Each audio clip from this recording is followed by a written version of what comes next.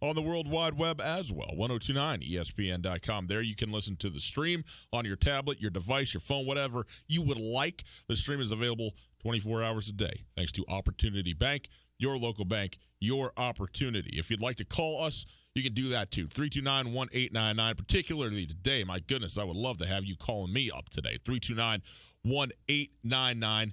All guests join us via the Rangich Brothers RV phone line. Plenty to get to today. We're going to start off with a little bit of college football. We are going to start off particularly with Montana State. We're going to hear a little bit from Matt Miller. We heard from Kane Ione yesterday, the defensive coordinator of Montana State. We're now going to hear from the OC, the new OC. They're relatively new, right? You got about the half of the year last year, and the offense did pick up under Matt Miller for the Montana State Bobcats when he took over that offensive coordinator spot last year.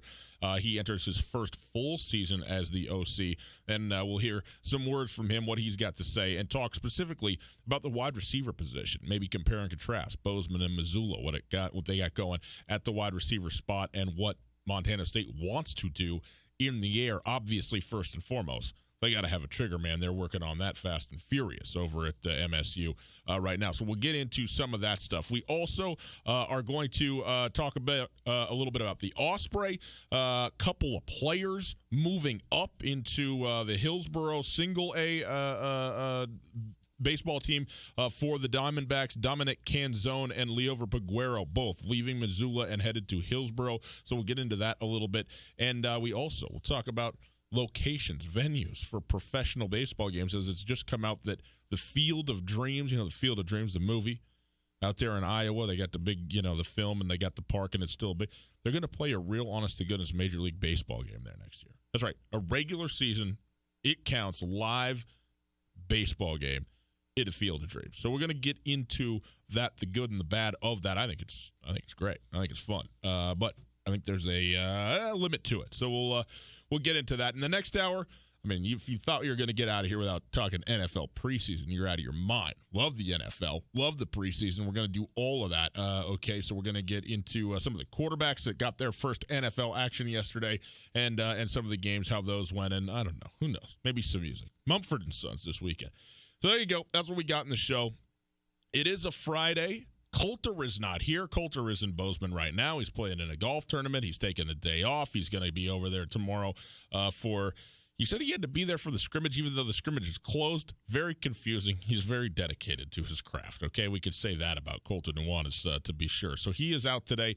It is just you and me and our dear friend Tommy, and maybe a couple of others throughout the course of the day. We'll see who we get to, but it is a Friday. Now, this is the issue. Oh, man, this is hitting the spot. See, now, I thought that I was going to continue to catch your wrath on this, because every Friday, as we do around here, it's time for a Florence Coffee Company coffee break. Drink a little bit of Josephine, get the engine charged up, get ready for the weekend. You got some caffeine in you. You can stay up late. You can sleep in. The weekend is here, people. So stop into a Florence Coffee kiosk right now and get yourself a little Joe. I got myself an iced coffee, which I am enjoying very much. But then what I didn't do was bring any for anyone else. I was very selfish today driving around town, not entirely sure if Tommy was going to be here, and yet you're sitting there nursing something in the back, Tommy.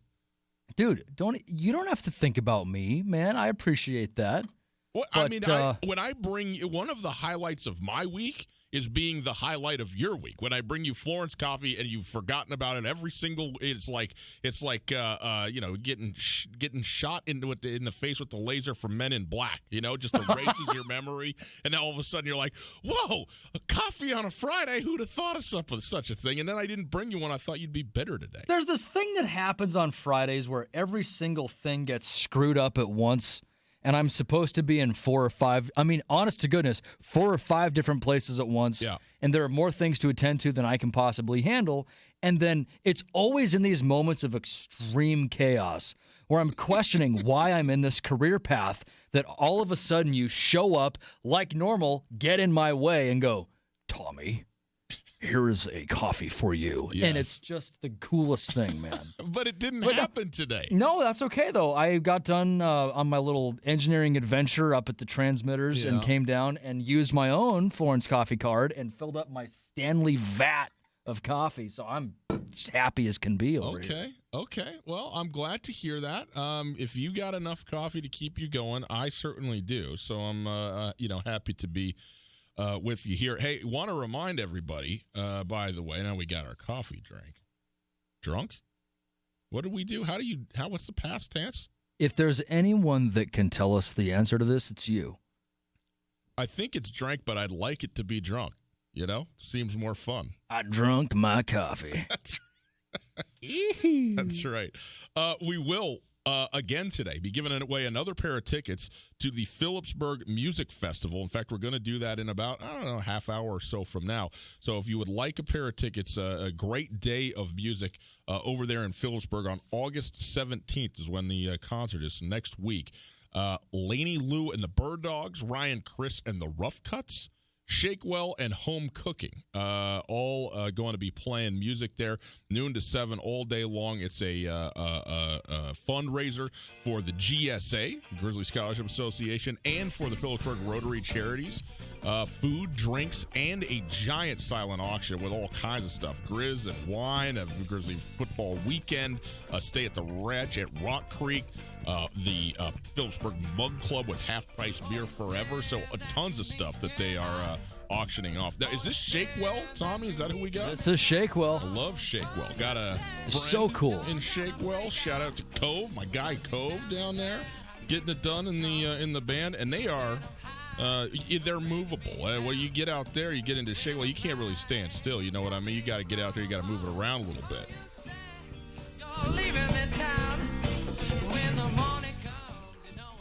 Very good.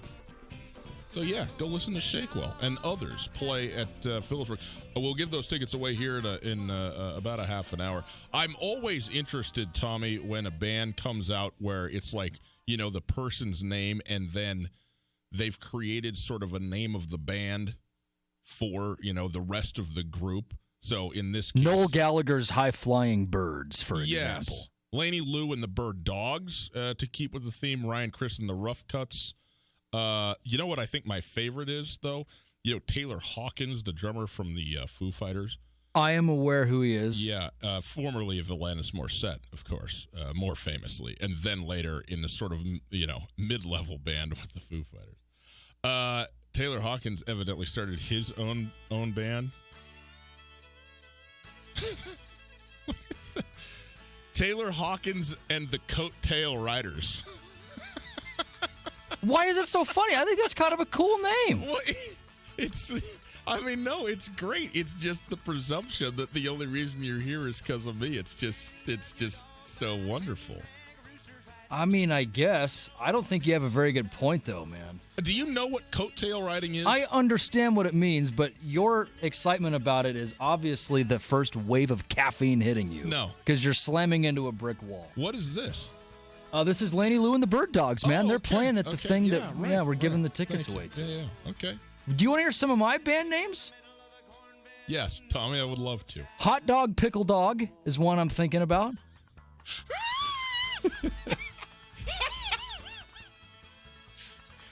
Gothic. No.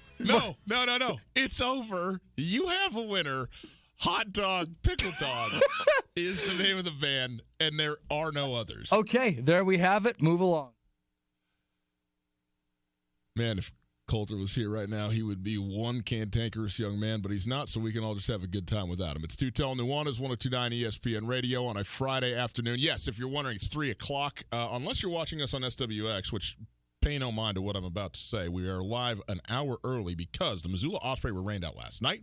They are going to resume their game, which they got 2 innings into. They're going to start from the top of the third, just pick up right where they left off, and finish last night's game today. That will be at 5 o'clock. Okay, so we're going to go right up to 5 o'clock and then send you down to Orem for that game. And then a second game, a 7-inning game, which was the originally scheduled game for this evening, will follow that. So a de facto doubleheader on ESPN Radio tonight with the Missoula Osprey. And so we're off and running a little bit early here today with Tutel and Nuanez. It is time for our Opportunity Bank Coach's Corner. The Coach's Corner today involving Matt Miller, who is the offensive coordinator of the Montana State Bobcat football team. You may well know about this. There's a football team, couple of them in the state of Montana, two of them in Bozeman and Missoula, respectively. Matt Miller, the offensive coordinator for Bozeman. And when he took over as the offensive coordinator in sort of the middle of the season last year, and, we all know about the Troy Anderson at quarterback situation, a very unique and one that was tremendously intriguing. And the things that Troy Anderson can't do very well at quarterback are almost completely wiped away by the things that no one else can do at quarterback but Troy Anderson. But Jeff Choate's clearly wanting to have a more traditional quarterback, playing quarterback, maybe not even for the sake of the quarterback spot, which was maybe in great hands with Troy Anderson. If you want to take it, I mean, he was a first-team all-conference quarterback last year, for what it's worth. But because, of course, then you can open up the versatility of Troy Anderson to play other positions, running back, Sam linebacker, etc., and get it done at QB. We know that there's this huge quarterback competition, quarterback battle going on in Bozeman to try and figure out, who's going to be the trigger man. Generally, people assume it's going to be either Casey Bowman or Tucker Rovig. Rovig a year older than Casey Bowman.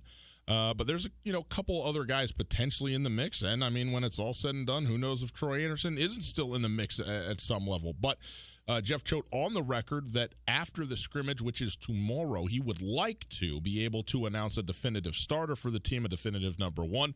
That being a timeline that he would like to have. He's also, said, we want somebody to earn that spot. We want to give it to somebody, not because this is when we said we would give it to them, but because, we feel good that we have, a winner of that competition for now. And so, we'll see kind of how that plays out. But I think there's a couple things to listen to here as we listen to Matt Miller, as both a little bit of talk about him being the offensive coordinator and getting to come into this thing as an OC from the beginning rather than being kind of dropped in the middle. And also, I thought it was pretty interesting how definitive he was about some aspects of their game plan that he would like to implement. And so we'll listen to this from Matt Miller and then talk about it afterwards. Here you go, the offensive coordinator of the Montana State Bobcats. Matt, is there any differences you notice coordinating in camp? Because you kind of got thrown in the fire last year. So what do you notice is maybe different about having time to kind of prepare and install? That's the thing. I have more time. And so it was kind of nice to wrap my head around how I want this offense to shape up through the off-season and the summer months and have a good plan going into camp with the assistant coach on the offensive side of the ball and be able to be great communicators and teachers to our guys so they understand the plan, understand the scheme, understand the details of what we're trying to get done. Last year's offense was a little bit unique given the guy who was playing quarterback. What changes now with sort of some more traditional guys? Yeah, I think it's nice to have that ability to be more traditional, but we're still not going to lose that creativity with what we're trying to do. But that's something I take pride in. I think Coach Choate takes pride in, and we're trying to get our playmakers of football as many different ways as we can. Can you give an evaluation of the quarterbacks? A lot of attention on that position, obviously, maybe in particular Tucker and Casey. Yeah, I think really all five of those guys are doing a nice job so far. My challenge with those guys is, first off, go compete every single day. And the second part was be better than we were the day before. And I think that all five have done that. I think Casey's done a good job, did a good job yesterday, making some throws. He continued that today. He's also making some mistakes, small little details. I thought Tucker, yesterday, he wasn't making kind of throws he was today. And so I was really proud of him stepping up and taking the coaching to heart and improving today and paying attention to those details. And the same thing with Ruben. I mean, it's just one of those deals where all I want those guys to be constantly improving, logging into those details, and just giving our playmakers a chance to go do something with the ball in their hands. Coach Choate said he would like to make a decision on that position after the first scrimmage. Do you think that's realistic given what you've seen, the first 3 days? Yeah, I mean, we'll see how the next few days play out. Obviously, when we get to more of these play-it settings like we did today, you see a lot more and you evaluate those quarterbacks a little easier than those fundamental days we've been having. And so this is day one of doing that play-it. So I think we need a couple more days of actually playing football for a really good feel where we're going to go after that first scrimmage. But right now, I'm really pleased with all the guys in that group, how they're competing and performing. Watching those young quarterbacks, they're not as scared to throw the ball Yeah. down the field. So we've seen some of the best catches from some of the young Yeah. receivers. How do you kind of push the older guys that are in the competition to maybe take some risks, but not take too many risks? Yeah, well, that's always a fine line, and that's something we're stressing in our meetings. Is we want to attack the ball vertically in the pass game. We're a downhill run team, and we want to throw the ball vertically, and so that's something we stress. Coach Choate stresses, and those young guys, it's the first time they heard it, and so really what I'm saying, it's the first time they're going with it, and they're taking it to heart. Where the older guys, even though they're still young guys, I'm really their second or third quarterback coach. And so some of that's kind of retraining them, getting to them the mindset that I want in terms of what we want to do schematically. He talks about right there, Matt Miller, again, the offensive coordinator for Montana State, the things that he wants to do schematically and putting an emphasis on throwing the ball down the field, throwing the ball vertically. And, look, I mean, on one hand, maybe that's not that big a deal. I mean, insofar as everybody would like to do that, right? Everybody wants to stretch the field. This is the state of the game in 2019 is put the ball in the air and chuck it all over the yard. I think a lot of offenses are content and happy to run what was, once upon a time the more West Coast style, and now, maybe the air raid, the option throw that's shorter, basically extensions of the running game in the 5-10 yard underneath stuff out in the flat.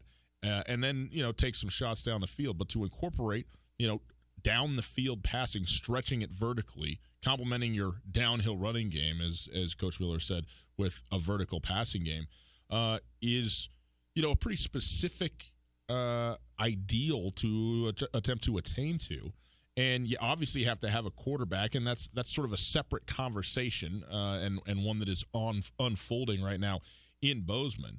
But also, you got to have a set of guys that can go out there and get it, and I think that Montana State does. I mean, Kevin Cassis and Travis Johnson are two of the better athletes in the Big Sky Conference. Travis Johnson, just from a straight speed standpoint, again, a kid who was, went to Oregon to compete to be a quarterback at Oregon. In fact, left high school early to go to spring ball at the University of Oregon, and redshirted, never played at Oregon, transferred out, ends up in Montana State, and then ends up at MSU, not playing quarterback, even though he was in the mix to be quarterback there last year and the year before, and did not go that route. So now is kind of a wide receiver who does some Wildcat stuff, but again has all the athleticism in the world, all the speed in the world, and a guy that, if you want to burn it up on the ends, that's the guy it seems like you would throw to. And again, Kevin Cass is an outstanding player as well, and then complemented maybe by a Lance McCutcheon or something like that.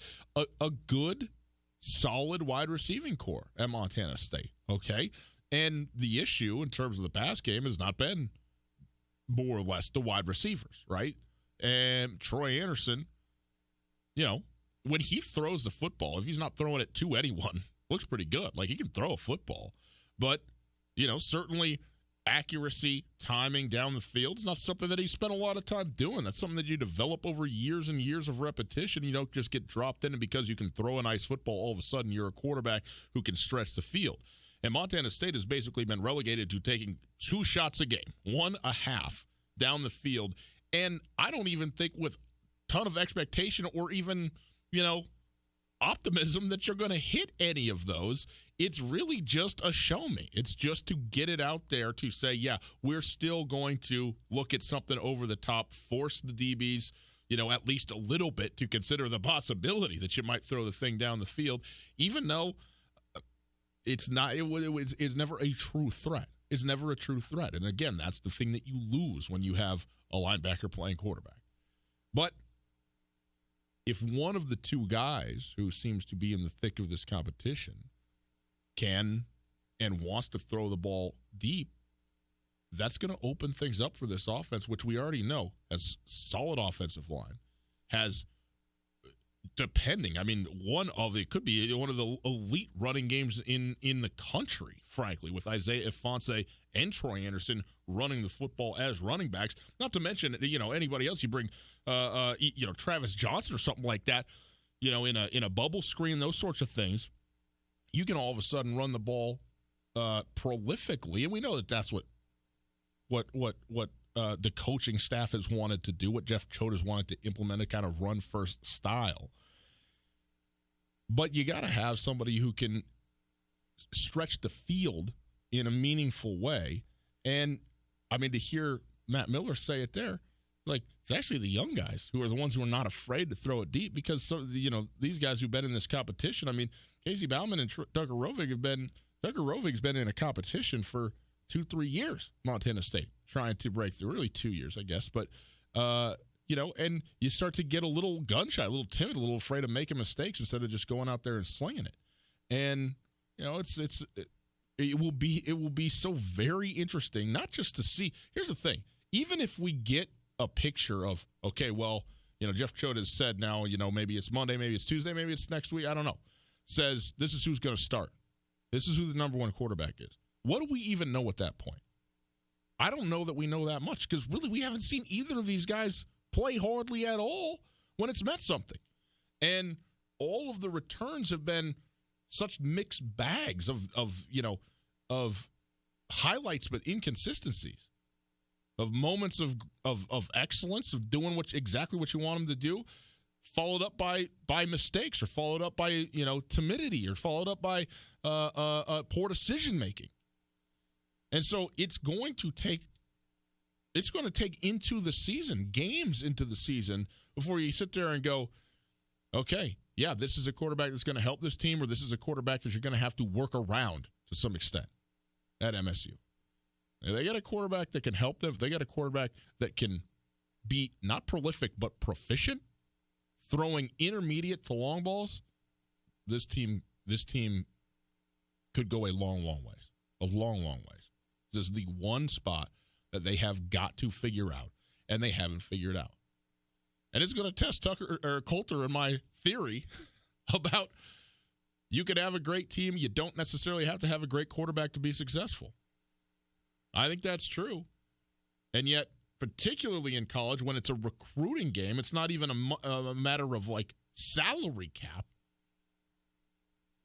You got to get the best quarterback you can get. It's the most important position on the field. Got to have it. Got to have it. And you're not going to win without it. So that puts a lot of pressure on these guys. I think it puts a lot of pressure on Jeff Choate. It puts a lot of pressure on Matt Miller. Matt Miller, subject of our Opportunity Bank Coach's Corner. Opportunity Bank, your local bank, your opportunity.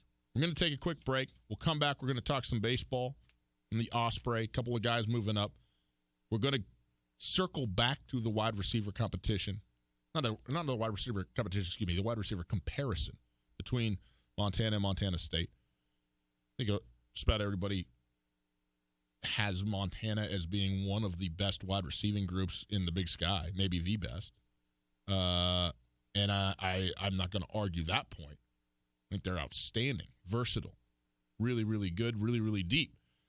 I think that Montana State may be a little bit underrated, and we don't know what they've got at wide receiver because of what we just talked about with the quarterback. But what could happen if all of a sudden you get somebody back there that can throw the football? What could break out in Bozeman this year? We'll talk about that coming up in a little while. Right now, here's what we want to do. I'm going to stand up. Don't worry. If you're watching on TV, let me go. Get out of my chair because I got to grab the stuff.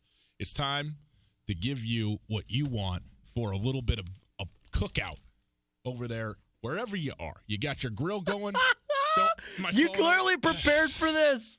Yeah, I got it, though. Oh, I hope to goodness people are watching. Well, of course they're watching. That I'm on was everywhere. Great. That was good. I'm not as dexterous, not as balanced as I used to be, and this is a long ways away. I had to reach over and get it. It's the Alpine Touch Grand Slam package, people.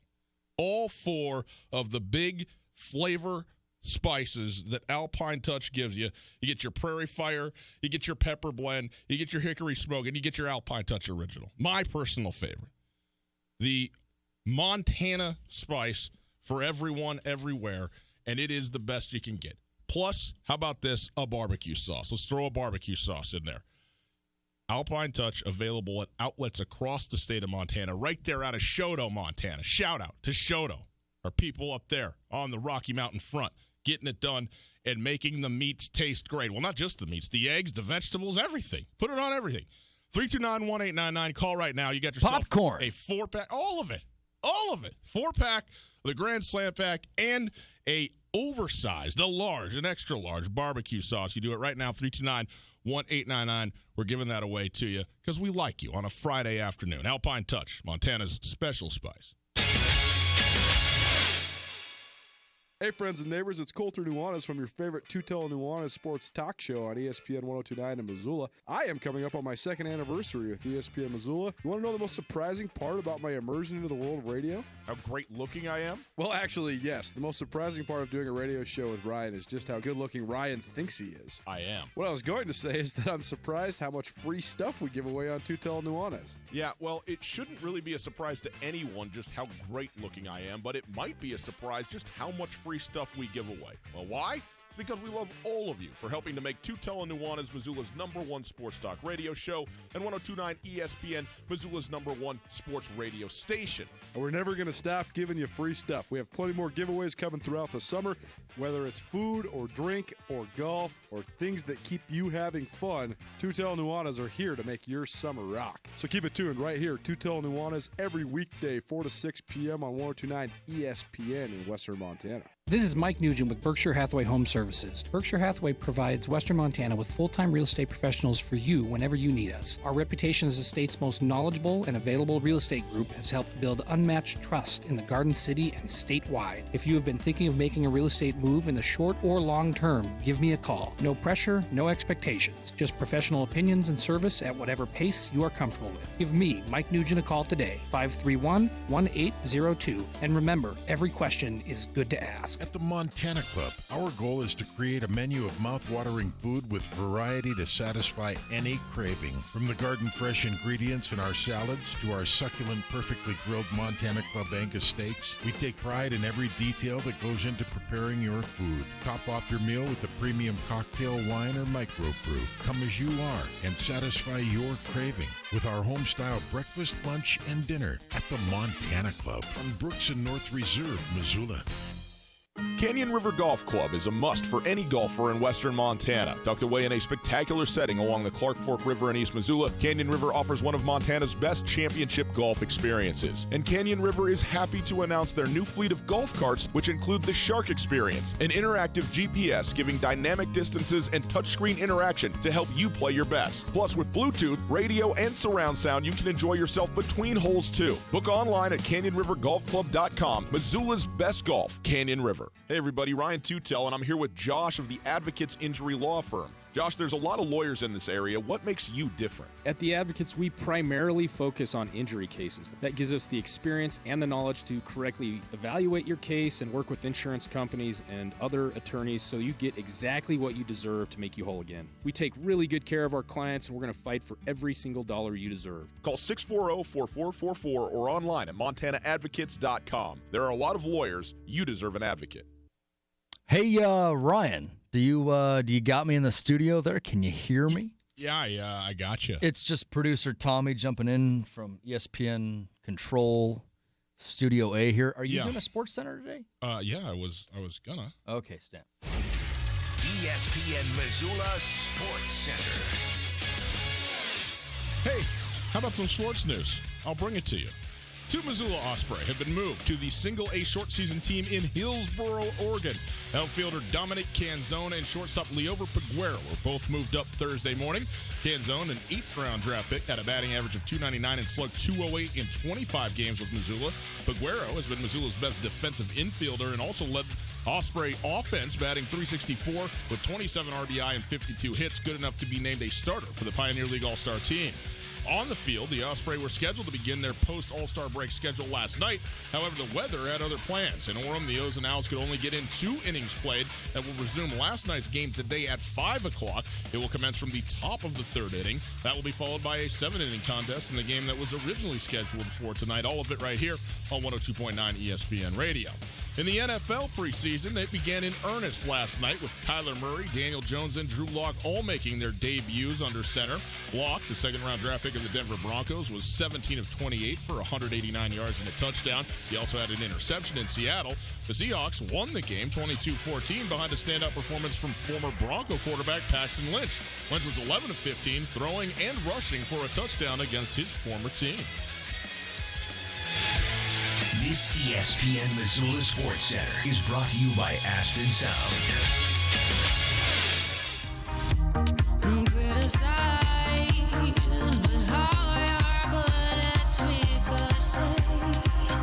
Studio A, huh?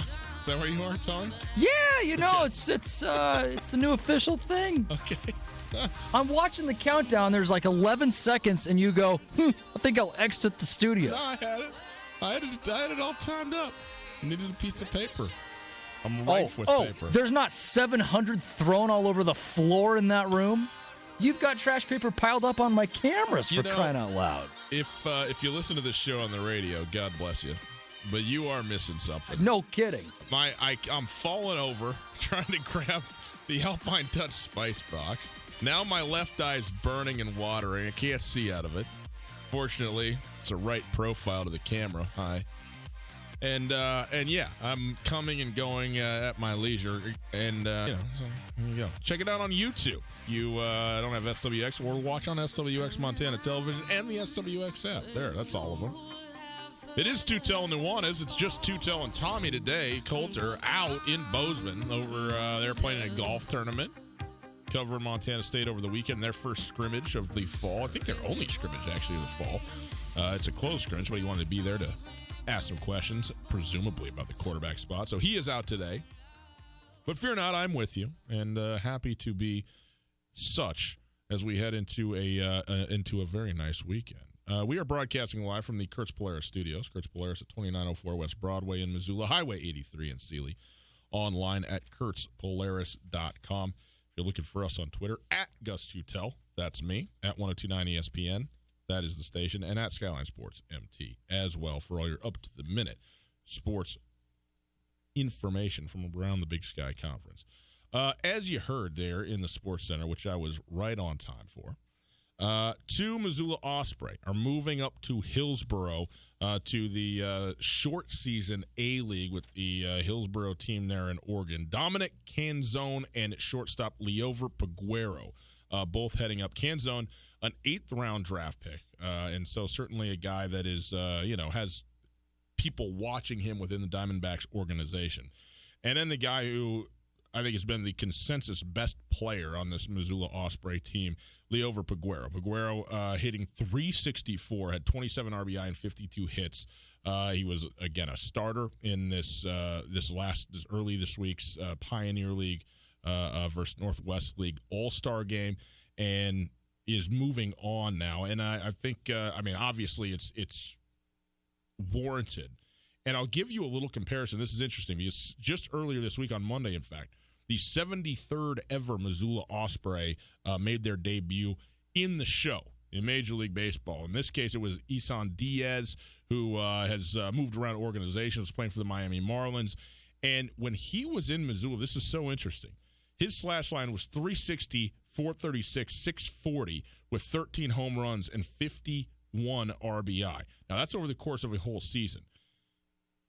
It is so very comparable to Peguero and what he put up offensively. .364, almost identical batting averages. I don't have his slugging in front of me, but 27 RBI, right on pace for that 51, RBI that Diaz had in his full season with Missoula. And so if you're talking about offensive comps, here's a guy who, that was in 2015 that Diaz was playing for the Missoula Osprey. Here 4 years later, he's playing Major League Baseball. Peguero certainly was getting it done offensively for Missoula, but also flashing the leather in, as good at shortstop as I've seen at this level. Just tremendous. And obviously you would expect that to translate as well. So we wish them the best. It was fun. My only disappointment is that, this has all happened while you have the All-Star break. Now it's a long road trip and everything. So it would have been nice. You never know when these things are going to happen. Could we get an announcement? Could the organization say, hey, in 2 days, we're calling up these guys, a.k.a. get down to the park. Go watch these guys, when you have the chance. But certainly fun to watch them play, and we wish both of those guys certainly the best. The Osprey will be getting now Alex Valdez, who is a right-handed pitcher. He's coming up from the Arizona League to join the Osprey. He was in the Dominican Summer League in 2018, and in 13 appearances in the AZL, he struck out 39 batters in 42 innings, giving up 27 earned runs. So there you go. That's the replacement. They're going for another arm in the rotation or in the bullpen here for the Missoula Osprey. Again, the Osprey coming up at 5 o'clock, going to resume their game from last night, and then right into a doubleheader for the second game tonight, which will be just a 7-inning affair here on ESPN Radio. Okay, Tommy, it's time now. We gave away some Alpine Touch. Now it's time to give away some. What do you call it? I mean, it's the Phillipsburg concert. It's really more than a concert. It's a full day affair in Phillipsburg. It's a full day party in Phillipsburg. Let's call it like it is. Yeah, it's a party. It's a straight party. Noon to 7 on August 17th. 4 bands: Laney Lou and the Bird Dogs, Ryan Chris and the Rough Cuts, Shakewell, and then Home Cookin' all playing. Food, drinks, and a silent auction with all kinds of stuff. Proceeds will benefit the GSA, the Grizzly Scholarship Association, as well as the Phillipsburg Rotary Charities. There is all kinds of stuff. There is a foursome to the Rock Creek Cattle Company. Go play golf at the Rock Creek Cattle Company. I could do that. That sounds great for me. A romantic Phillipsburg weekend with gourmet meals. That sounds great to me. I wonder if you're like solo, you know what I mean? You know, presumably the romantic part of that it assumes 2, but maybe, maybe you're not 2 people. Maybe you're just one person. You think you could go stay twice? You know? Is that something? Whoops. Sorry about that. Yeah, no, I don't know. I mean, I guess. You owe donuts. That's what Bobby Houck said to me when I let my phone ring while I was asking questions. Yeah, it's like a penalty. You owe donuts now because you let your phone ring, you know? Kids 12 and under are free, which is really cool, too. Also good to know. Anyway, all kinds of stuff. It's a long, long list of things that they got for the silent auction, so you can go check it out. So right now, 329-1899, pair of tickets to the Phillipsburg concert party all day long on August the 17th. Going to be a great time. We'll send you there, because we like you and because it's a weekend, and that's what we want to do. 329-1899. Call right now, and we'll send you off to Phillipsburg. Also, this is cool. Next week, looking forward to this. In fact, we will be giving away tickets and interviewing Chad Prather. I don't know if you know who Chad Prather is. He's a musician / comedian, kind of a YouTube guy who's coming to Missoula. He's coming to the Wilma on Tuesday next week. We're going to have a couple of pairs of tickets for you on Monday, and we will be interviewing Chad on Monday as well. So looking forward to that, having him on and sending you to a fun show at the Wilma on Tuesday night as well. So all of that, coming up around here, because, it's the summer. And even though we are in fall camp, and even though preseason started yesterday, we gotta mix it up. We still need some comedy. We gotta have some music. We gotta have Scott, line 1, wants to talk to you. Okay, we're gonna go now. Tommy just talked in my ear. See, I never know when Tommy's talking to me if everybody's hearing it or if it's just me. So Tommy, but just let me be clear: is Scott winning and talking to me, or is he just talking to me? Yes. Okay, Scott's the winner. Scott is going to Phillipsburg for the day with the tickets. Let's go to the phones and welcome in Scott to the show. Scott, how are you doing? Oh, doing good. How are you guys doing? We're doing great, Scott. Now, I know, Scott, you and I know each other a little bit now over time because you've been a very loyal listener to this show, and we appreciate that very much. And I also know you're a big Osprey fan. What do you think about those 2 guys heading out to Hillsboro? Do you like that or no? Not really. I'm like you. I wish they would tell us ahead of time. Then we would know. Right, exactly right. Yeah. But on the upside, you're going to Phillipsburg, right? You're going to go see the concert. You're going to go have a nice day up there in Phillipsburg. That'll be fun, huh? Yep, I'm going to take the wife. Very good. Well, I mean, that's a strong choice right there. I think a choice in the best interest of your overall well-being, Scott, is to take your wife with you, yes. Yeah. So are we going to – hopefully we win the second half and go into the playoffs. There you go. For the new owners. That's right. Run it downhill right into the postseason, right? Yep. So I will see you. Are you going to be up Phillipsburg? I'm not sure what I'm doing. I think actually I'll be in Washington over the course of that weekend, unfortunately enough. Oh, okay. Well, I'll catch you out one of the games. Sounds good, Scott. Thanks for the call, man. Congratulations on the win. Yep. Talk to you later. Bye. One of the old-timers, man. Scott getting in here winning the tickets. It's just the way it should be. We'll take a quick break. We'll come back. Hey, the Field of Dreams. That's right. The movie. They're hosting an actual baseball game next year. Major League. Is that a good idea? Probably. Talk about it next. Hey folks, Ryan Tutel, and I'm here with Josh of The Advocates. Josh, do most injury accidents end up in court? Luckily, most personal injury cases can be settled out of court through a fair negotiation with an insurance company. However, sometimes it is necessary. I'm prepared to do whatever it takes to get a fair settlement. Luckily, most personal injury cases can be settled out of court with a fair negotiation with the insurance company. However, I'm prepared to do whatever it takes to get the right settlement for you. It's Josh at The Advocates, 640-4444, or online at montanaadvocates.com. It's a crisp fall morning. Time for your daily pumpkin soy latte. As you wait for your coffee, you get a buzz. No, it's not your boss wanting extra whipped cream, but your ADT video doorbell. It's a package. Your new latte machine. No more $5 PSLs. Barista service. Brought to you by ADT. Designing and installing a smart home just for you. Backed by best-in-class 24/7 protection. Learn more at ADT.com. ADT. Real protection. License information available at ADT.com. You've chosen the caterer, addressed the invitations, and picked out a cake. But have you decided where to bank? Farmers State Bank offers just what you need as you start your new life together. Checking and savings accounts, electronic banking options, the latest tech, even locally approved mortgages. And with 9 Western Montana locations, there's a Farmers State Bank where you live, work, and play. Congratulations from all of us at Farmers State Bank, an equal housing lender and member FDIC. Canyon River Golf Club is a must for any golfer in western Montana. Tucked away in a spectacular setting along the Clark Fork River in East Missoula, Canyon River offers one of Montana's best championship golf experiences. And Canyon River is happy to announce their new fleet of golf carts, which include the Shark Experience, an interactive GPS giving dynamic distances and touchscreen interaction to help you play your best. Plus, with Bluetooth, radio, and surround sound, you can enjoy yourself between holes too. Book online at canyonrivergolfclub.com. Missoula's best golf, Canyon River. In western Montana, we know shopping local matters. And you may think you'd pay more for the quality and customer service that comes with it, but not at Selway Armory. Selway Armory is locally owned with knowledgeable specialists that can answer your questions. In addition to the expertise, though, Selway Armory also has a bigger selection and lower prices than the box stores. When you're in the market for firearms and accessories, save money with the experts at Selway Armory. Selway Armory, 2825 Stockyard Road, Unit E6, and online at selwayarmory.com. Tutel and Nuanez on 102.9 ESPN Radio for Missoula.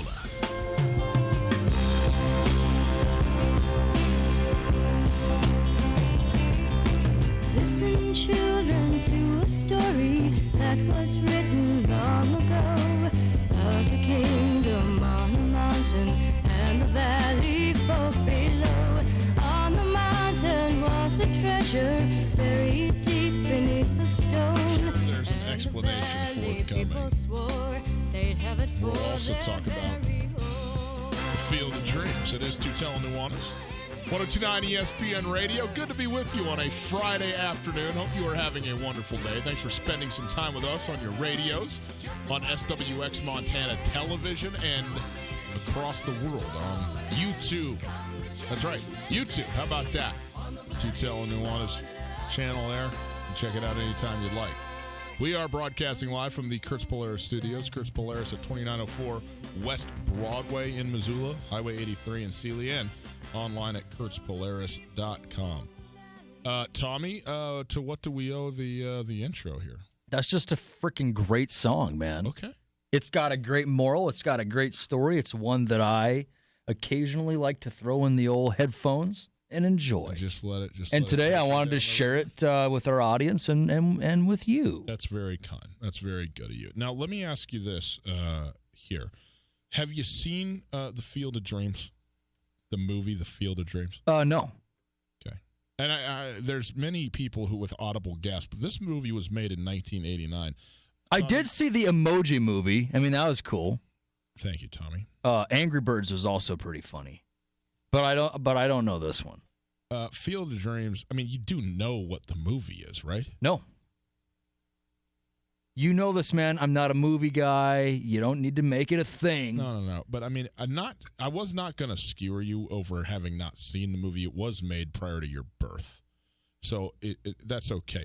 But not knowing that there is such a movie as The Field of Dreams with Kevin Costner. What does Kevin Costner, like, what's something significant that he's done? Robin Hood, Prince of Thieves, one of the greats of all time. I haven't seen that one either. That's on you, though. Okay. Where are we going with this? Anyhow, I think I can safely say that in this entire state right now that is listening and watching to us, you are the only one who does not know that this is a movie. Well, just another thing that makes me great. How about, why don't you just do a quick Wikipedia search while I'm talking, and then you can come back to me, okay? James Earl Jones, okay? Okay. James Earl Jones? What's it? I don't understand. Anyhow, we all know, those of us who aren't talking about The Field of Dreams, right? The movie Dryersville, Iowa is where it's set, and I think actually, in fact, where the field is in Iowa. It's in the state of Iowa. I think that the setting in the movie and the actual place on Earth are basically, identical. They're not pretending for it to be anywhere other than where it is. And since the movie, it has always been there. It's now a big, tourist attraction. Iowa, let's be honest, could use some more reasons to go to Iowa, right? I mean, it's like the birthplace of Slipknot probably isn't enough to drive traffic into the state. So they had to find something that would bring people in. They're like, hey, they made a movie here. We're keeping it. We got enough corn. Let's have a baseball field. And our good buddy Robert Chase, who, by the way, it might be your last day on the trail if he found out that you did not know about this movie, Tommy, was speaking to me because he's, in fact, been there. And he says there's just a perpetual baseball game being played on. You just get there. You got your mitt. You can just walk right out onto the field and play, left center. Maybe you got 11 outfielders going if everybody's playing. I don't know. You can go play baseball on the field for as long as you want. Very, very cool. Well, now the Major League Baseball is going to build a temporary 8,000-seat stadium, which will be adjacent to the field. So they're not, in fact, going to play on the field itself, notably because I think the field itself is probably, 100 feet too small going out into the corn. But they are going to play an actual baseball game next year between the New York Yankees and the Chicago White Sox. And why wouldn't you, especially when the Sox were in the film and everything, in a regular season game? Now, construction, it says, is going to begin actually next week. They're going to get started on this, and then the two teams will play on August 13th, so almost a year from now. They're going to play in this game. It will be broadcast nationally, and the ballpark design is going to supposedly mimic Chicago's Comiskey Park. So there you go. That's what's going on. Here's the thing that I'm trying to ascertain in all of this. Now, I like this. I like, the nostalgia of the movie and being out there, and I think it'll be cool. And obviously, the heartland of America is a baseball playing hotbed. I think there's a lot of, that's a still major sort of part of life in the, high school, small college levels there. A lot of people into it, and it's going to be fun, and I'm sure it'll look great on television. There's going to be all kinds of great shots and history lessons and everything else. So that's all well and good. The thing that I wonder about, though, is that we have seen a lot of this now as sports try to make the visual for television and the experience unique and interesting by putting it in increasingly more sort of obscure and different venues. The NHL kind of started this, right, with their New Year's. It was the New Year's Day class, the New Year's Classic, an outdoor thing that's expanded. Now they're doing what? 5-6 games a year in various football stadiums and baseball stadiums to have, outdoor, and the throwback to tie to, old-time hockey on the pond where you're actually, have to deal with the elements, whether it's the sun, whether it's the snow, and so forth. But they've the NHL has done a great job of this. It's been, highly successful, very, very cool, brought a lot of, I think, interest at least to those specific games. And is great for television and all kinds of things. So that is, that's cool. I'm into that. Baseball just played a game in London, though, right? You remember this? Is Sox and Yankees went over for 3 games series in London, and I don't remember what straightaway center was, but I think it was in like the 330s. And do you remember the Sox and Yanks combined? They had a game combined for 30 runs, scored 30 runs in a single baseball game. Now, it's not unprecedented in the history of the sport that has happened before, but it is no shock that they put them on a tiny little baseball field because it's a building that does not house baseball. And all of a sudden, the dimensions are such that every hop fly, it turns out to be yanking it out of the stadium. You know what I mean? That affects the game too much to me. I don't feel like it's true to what the game is. And frankly, okay, you want to have a game in London, make a baseball stadium. I mean, you not an entire stadium. I'm not saying you got to construct a permanent dome, but do something like what you're doing here, a temporary venue, but where actually the dimensions make it a legitimate contest. You know what I mean? That's the thing that I think you got to have in order to, put professionals playing in meaningful games out there. Now, I understand baseball, 162 games. It's easy to go, what's one game in Iowa or whatever. And again, I'm for this. I like this out there at the Field of Dreams. It's fine with me. But I do think that you got to be very careful about selling off some of the integrity of the sport, the integrity. And when I say integrity, I'm not talking about cheating, of course, or anything like that. I'm just talking about, if everybody's got to play it in one style and now all of a sudden this one game is an utter aberration and is different from everything else, well, that can affect, who wins, who loses, how seasons go, how things go. And, one game out of 162, you say, oh, maybe not so much. Well, okay. But what happens, how many times have we seen teams make or miss the playoffs by one game? It is a reality.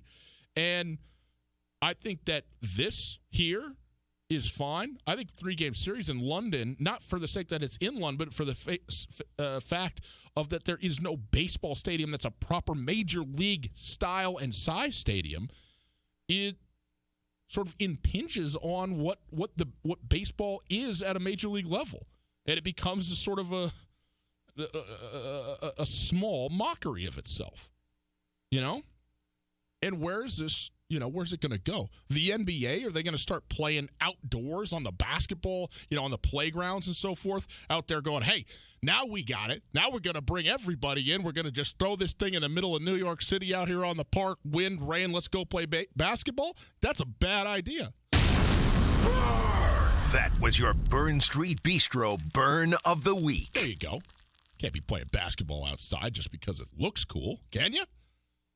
Remember when Kobe went and played like an outdoor basketball game? Played like he did get his street cred up. He's like, I could go play, in Harlem or whatever it is. It's like, yeah, I think probably Kobe's going to do okay no matter what venue he's playing basketball in. Tommy, have you found the movie yet? Yeah, I'm reading about the film now. It seems cool. Yeah, it's very cool. It's one of the all-time great movies. I must say, I wanted to talk about the movie with you because I am still a little bit lost about the movie myself. For whatever it's worth, I am not good at pulling metaphor out of films. Like when I watch things and there's insinuations that are being made and there's symbolism and all that, oh man, it's just dead to me often. Really? Yeah. I don't even know if I really believe that you're saying that. Yeah, I don't know. I feel like sometimes the nuance of film and what's so interesting about it and when it's done well, like the artistic side of it, not the Marvel movies and that, but I'm talking about movies that are actually, trying to send you a message. Sometimes it's just I get the surface message, but I don't really understand what are you trying to tell me in some of this stuff. You have at length studied philosophy. You should be able to pull things out of the scripts and the actors' movements and the direction more than the average person. No, but it's not true because prose is different from art, man. You're trying to understand things that are not if you want to talk to me in a sentence that's put together and grammar and everything, I'll understand you. But you start, backlighting, trees because there's supposed to be some spiritual nimbus happening while you're having a conversation with a, scorned lover. I don't get all of it. I don't notice that stuff. I don't want to derail your point, but quick side, have you seen the film Finding Forrester? I have not seen it. I do know the film. I have not seen it. Okay, read the book or watch the movie. Okay. And then we'll have this conversation again. Okay. Continue onward. No, that's all. Oh, so you just don't get any symbolism attached to the film? I don't know if the point is that there's clearly a lot of symbolism in Field of Dreams. Okay, there's a lot. More than Clockwork Orange or less? I don't know. Have you seen Clockwork Orange? No. Ooh, that's one of the few I have also seen. Isn't that a scary movie? Depends on your mindset. Yeah, well, my mindset says it is.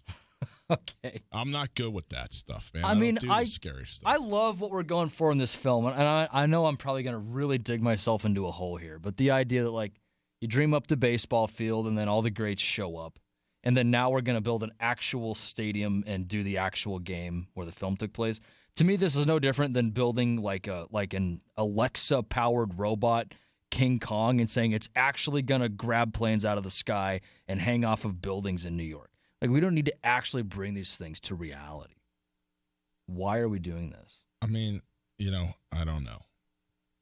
I can feel people trying to punch me from a distance. Yeah, they are. This is like when you say that Pearl Jam's not good, and everybody's just like, this is completely different. No, it's not different because everybody understands that it is. Sometimes the mass is correct. You know what I mean? No, I do not. Everybody wants to side with the minority, in terms of like, okay, all like the pop culture is wrong about all of this stuff, and it's only the people who get it at some nuanced level that really have it figured out. But sometimes everybody liking something is actually an indication that it's good.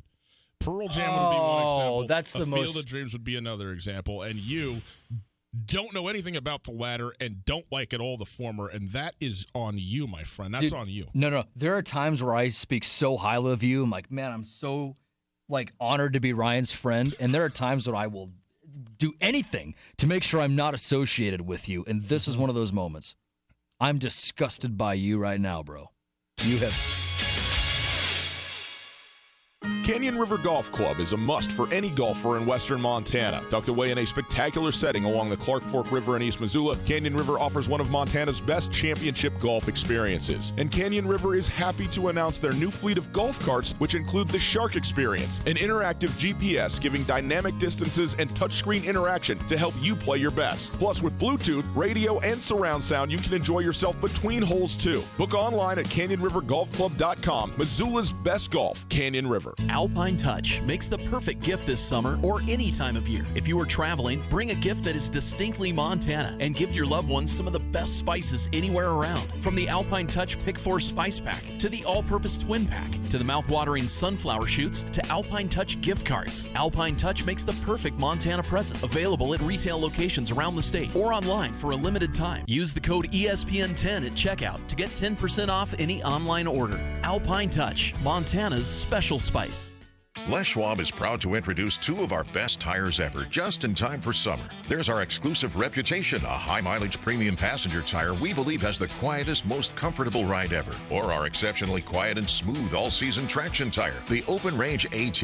Get up to $150 instant rebate on 4 backcountry MT or AT tires or $50 on 4 road control passenger tires. Les Schwab Tires. Doing the right thing matters. Cannot be combined with other offers. Limited time. Terms and conditions apply. Details at leschwab.com. On Russell, across from the fairgrounds.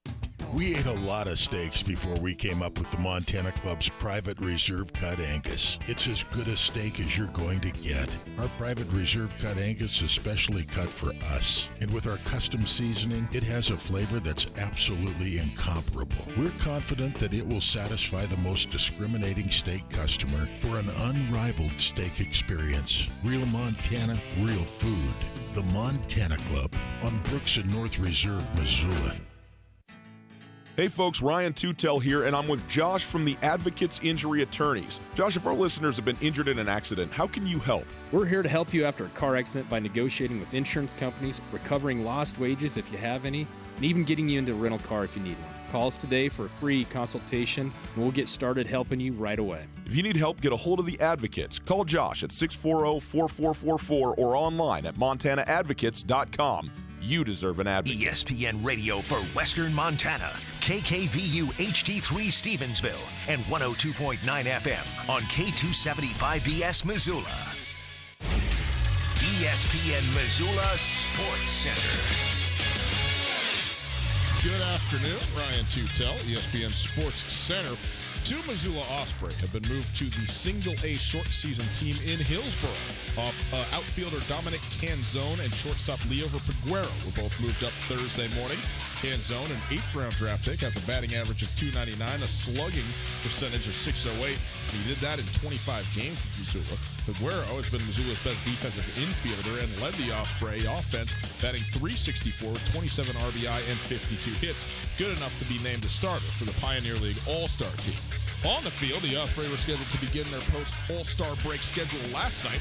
However, the weather had other plans. In Orem, the O's and Owls could only get 2 innings played. It will resume last night's game today at 5. It will commence from the top of the 3rd inning. That will be followed by a 7-inning contest in the game originally scheduled for tonight. In the NFL, preseason began in full last night with Kyler Murray, Daniel Jones, and Drew Lock all making their debuts under center. Lock, the 2nd-round draft pick with the Denver Broncos, was 17 of 28 for 189 yards and a touchdown. He also had an interception in Seattle. The Seahawks, however, won the game 22-14 behind a standout performance from former Bronco quarterback Paxton Lynch. Lynch was 11 of 15, throwing for a touchdown and rushing for 1 more against his former team. This ESPN Missoula Sports Center is brought to you by Aspen Sound.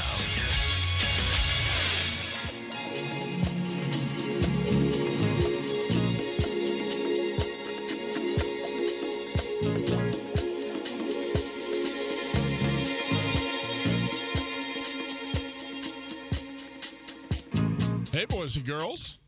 Hour number 2 of the big show. If you're just joining us, I did not misspeak. It is hour number 2, even though it is 4 o'clock. Tucson Nuanez moved up an hour to fit in the aforementioned Missoula Osprey baseball game. If you're watching on SWX, fear not. We're coming to you in the right time slot. We are broadcasting live from the Kurtz Polaris studios. Kurtz Polaris at 2904 West Broadway in Missoula, Highway 83 in Sealy. Online at kurtzpolaris.com. If you'd like to find the show, you can do it at your leisure on the podcast. Podcast out there for everybody all the time.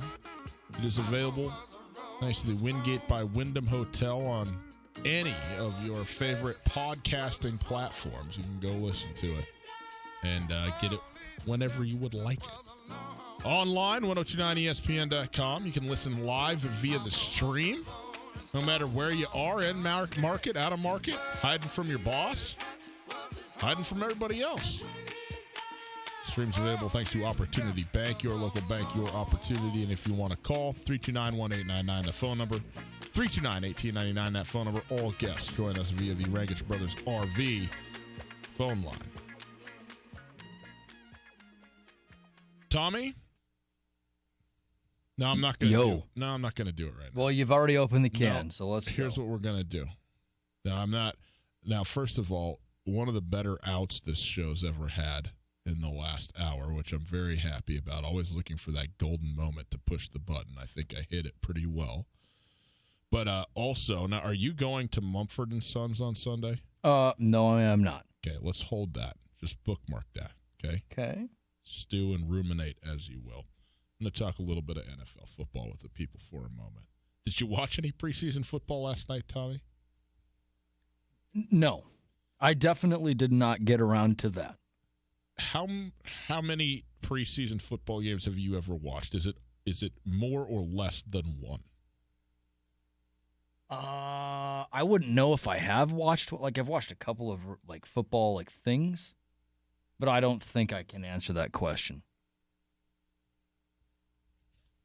Okay. However, okay, that's fine. Last night was the basically the opener, taking out, of course, the Hall of Fame game last week, the opener of the preseason around the NFL. And I thought there was a number of things worth noting. I think the thing that just about everybody tends to sort of look at and pay the most amount of attention to is the quarterbacks and those making their sort of debuts in the league. Kyler Murray, the number one pick in the draft, played one series for the Arizona Cardinals last night. He went 6 of 7, and actually the one incompletion was the receiver stepped out of bounds, came back in bounds. The pass was complete, but it was an ineligible receiver because the wide receiver lost track of where he was on the field, and that gets chalked up as an incomplete pass. But in fact, Kyler Murray was perfect in the air on the night. Now, if you watched the game, which I did, Kyler Murray did throw a lot of short passes. He had a couple of outs, some outs, but nothing, deep down the field, all that kind of thing. But, it seemed to translate well. And the more that I am sort of watching Kyler Murray, I was talking to Coulter earlier this week about even without seeing a team play, even without, any new sort of on the field information, you start to sort of grow your belief about a team in one direction or another. At least I do in the offseason, where on one hand, there's a team you thought, okay, they might be okay, and you start to kind of feel more and more tepid, more and more, incredulous, for lack of a better word, of what they're going to be able to do over the course of the season. And you think, what, this team really actually probably isn't going to be that good. The Detroit Lions spring to mind. Sorry. The 6 Detroit fans out there just got to be just beside themselves. Anyhow, but we were talking about this in the context of the University of Montana and how, I thought Montana would be pretty good coming into this season. And the more that I kind of look at what they were last year, who they have coming back, and the development of the team that they have, the more I think they actually might be better than pretty good. They have just a bear of a schedule. I mean, they have the hardest schedule in the Big Sky Conference this year. And so that is, obviously a consideration with the imbalance. But I continue to like what this Montana football team has going for it. And in any case, in the case of an individual like Kyler Murray, the more I think about what he is, it's unbelievable how much he's kind of flown under the radar, isn't it? Like, he's the number 1 overall pick going to a Cardinal team that has been recently very good. And granted, they have a head coach in Cliff Kingsbury that, like, a lot of people kind of raise their eyebrows at and go, how did, first of all, excuse me, what has this guy ever done to warrant being an NFL quarterback? And second of all, why should we think he's going to be good? And I think there is credence to that quandary. But after Kyler Murray got drafted, like, I think a lot more people started talking about Daniel Jones and the situation in New York, and is he, like, what were the Giants thinking, and is Dave Gettleman losing his mind, and on and on and on. And we'll get to that in a moment, because Daniel Jones, very small sample size, looked pretty good last night. But Kyler Murray seemed kind of like, I don't know, he just seems like, okay, he's over there. He's drafted, but, we don't know what we're going to have in him. And anyways, Arizona's no good, so what does it matter? Well, I don't think Arizona is a playoff team. But I think that Arizona, their best version of what they could be if Cliff Kingsbury can turn out to be an offensive guru, if Kyler Murray can be all the best things that people think he can be, and if that defense can get shorn up, did you know that Suggs, Hacksaw Suggs, is in Arizona now? Did you know that? Terrell Suggs playing linebacker in Arizona with Chandler Jones. Patrick Peterson, I know, is on a contract dispute and all that. But if he's there, I mean, you got 3. Now, I know Suggs he'd been around a little bit. He's a veteran guy. He's not the Terrell Suggs of 2012. I understand all of that. He's still a bad man. And a veteran who's a teacher. I mean, he got some players now in Arizona on defense if Patrick Peterson gets worked out. And I don't know. Just think you still got David Johnson. People forgetting about David Johnson? I don't know. Anyways, watching Kyrie, I almost said Kyrie Irving. You know, you got to leave me alone a little bit. You know what I mean? It's a long day. You're in here by yourself. I don't know who I'm doing. You know what I'm doing. If you look at Kyler Murray, though, and what he could be and who he, what he shows as a runner and as a thrower of the football, I mean, that's the key to this whole thing. He's got an absolute whip. I think people underestimate his arm because of his size. But just because he's not the big, 6'5" thrower of the football, he zips it, man, and with great accuracy. It's unbelievable. And throws on the move. And I've said this before, but, okay, he's 5'10". You think that it's any harder to see over the Oklahoma offensive line than it is to see over the Arizona Cardinal offensive line? I mean, the Oklahoma Sooner offensive line might be bigger, it might be taller than the Arizona Cardinal offensive line, for crying out loud.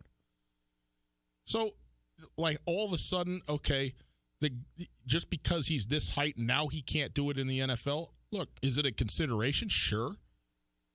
But I just find that whole line crazy. He's only ever been smaller than the guys that have been blocking for him. He's only ever had to move around so that he could find a passing lane.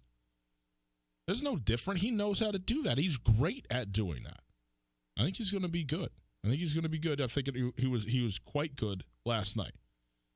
Dwayne Haskins made his debut for the Washington Redskins as well, and he went 8 of 14. Looked good in some moments, but did throw 2 interceptions last night. The Browns cleaning up. Baker Mayfield, 1 drive, 1 touchdown. The Browns,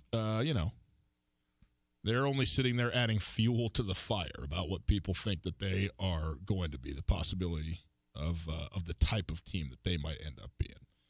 The New York versus the New York game last night, Jets versus Giants, the traditional first game of the preseason at MetLife Stadium.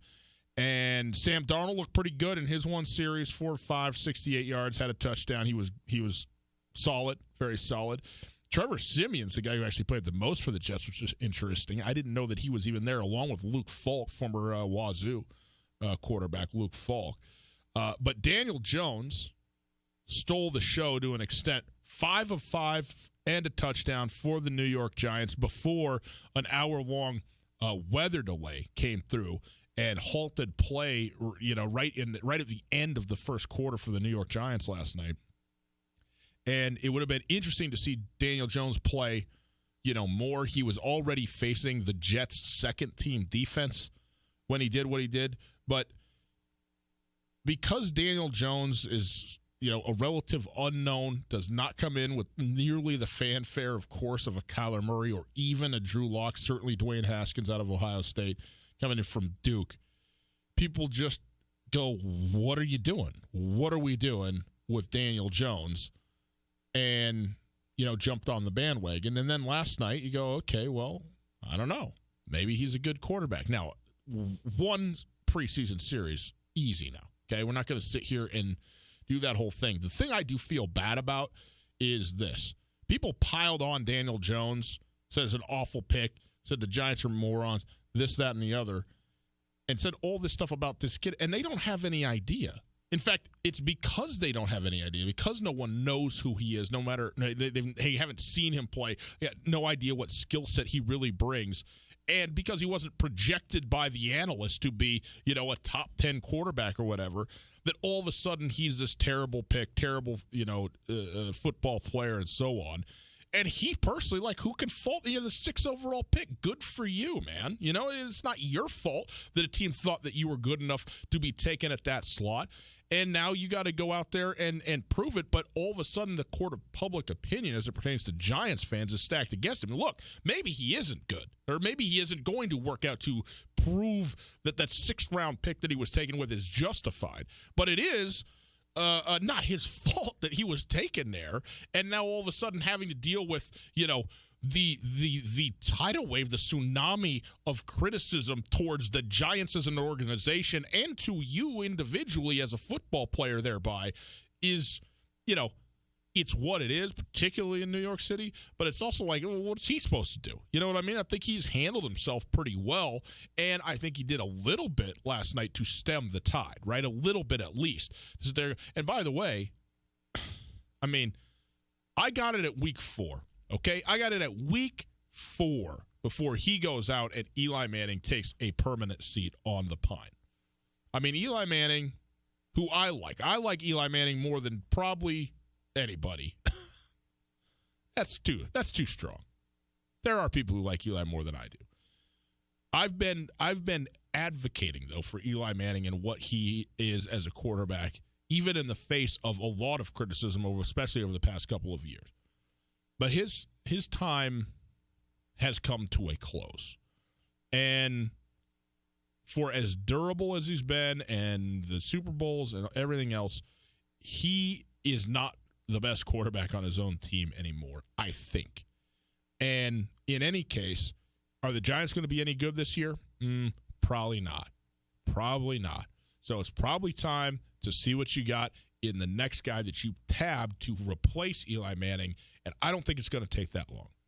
Because I think that Eli Manning is going to go out there and be what he is, a very old, immobile, not strong-armed quarterback who knows the game better than he can perform the game, if that makes sense. I mean, even for Peyton, it is always his mind, his brain, his smarts, his acumen about the game that made him great. The same has been true for Eli Manning. The Manning family does not come in with every physical blessing that God ever doled out, But they are brilliant football players. Eli Manning is a brilliant quarterback. Don't kid yourself. Brilliant and tough and completely likable, And yet he's just not capable anymore of playing football at an NFL level for a team that is consistently winning games. Can't do it. And I think that Daniel Jones is going to be there and be taking care of that for the New York Giants. Again, I got it at week 4. That's when I think over-under is where I'll set that one out. The other guy who I think people were interested in the game last night that I think people, especially around here, were interested, Broncos-Seahawks, right? You get your old AFC West rivalry going between the Seahawks and the Denver Broncos.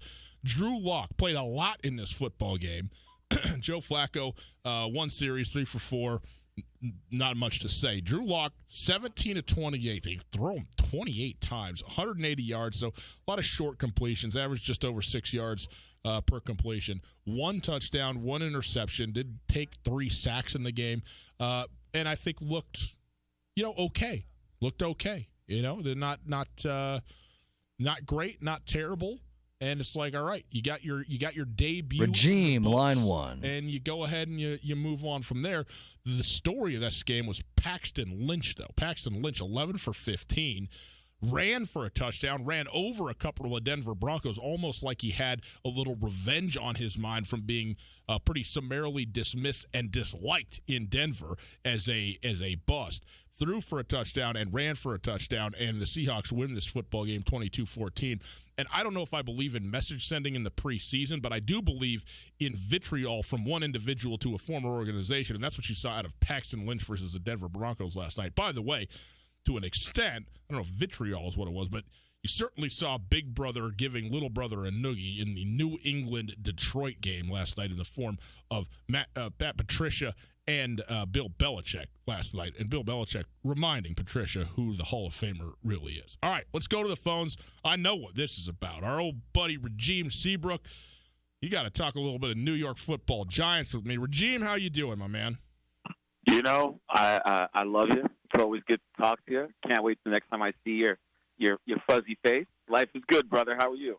Everything is great. I put Daniel Jones at game 4 before he's starting for your Giants. What do you think? Am I out of my mind on this?